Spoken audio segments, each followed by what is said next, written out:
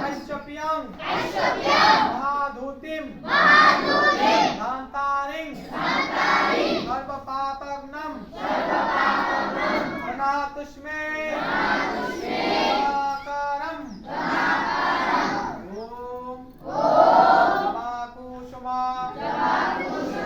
সংকাশ্যম কাশ্যপিয়ং মহাধূতিম ধান্তারিং সর্বপাপগ্নম প্রণাতুষ্মে দিবাকরম। এবার একজন দাঁড়ান তো দেখি, যে কোনো একজন স্বেচ্ছায় দেখি। বইলে দাঁড়াও, বইলে আসে না দিকে বইলে মা এখানে তো সবাই আমরা ওই না দূরে একটু আছে, দূরের মধ্যে আমি আছি। এখন আপনারা ঘরের লোকে আমি শরমের লজ্জা ভয় শরমের কিন্তু আছে এখানে। হ্যাঁ লাগা লাগবে না বড় বইলে দাঁড়াও দাঁড়াও একজন দাঁড়াও দেখি, নিজের ইচ্ছা দাঁড়াইলে ভালো, এটা একটা সাহসের পরিচয়।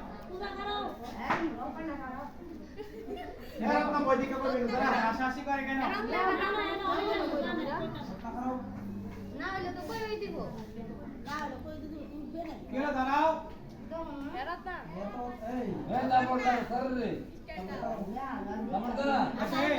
দাঁড়াও সবাই আস্তে আস্তে বলতে পাঠ করো, জুড়ে জুড়ে জুড়ে।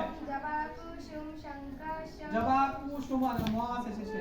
জবাকুসুম শঙ্কাশং কাশ্যপ্রিয়ং মহাধূতিং ধাত্তারিং সর্বপাপগ্নং প্রণহতুষ্মি দিবাকরম। আবার এবার লই দেব আরেকটা কথা, ওম আরেকটা কথা, এখানে যদি শব্দের শেষে কি থাকে, অনিষ্কার থাকে, কি থাকে, তাহলে আমরা কখনোই অনিষ্কারের উচ্চারণটা ম হবে, কি হবে?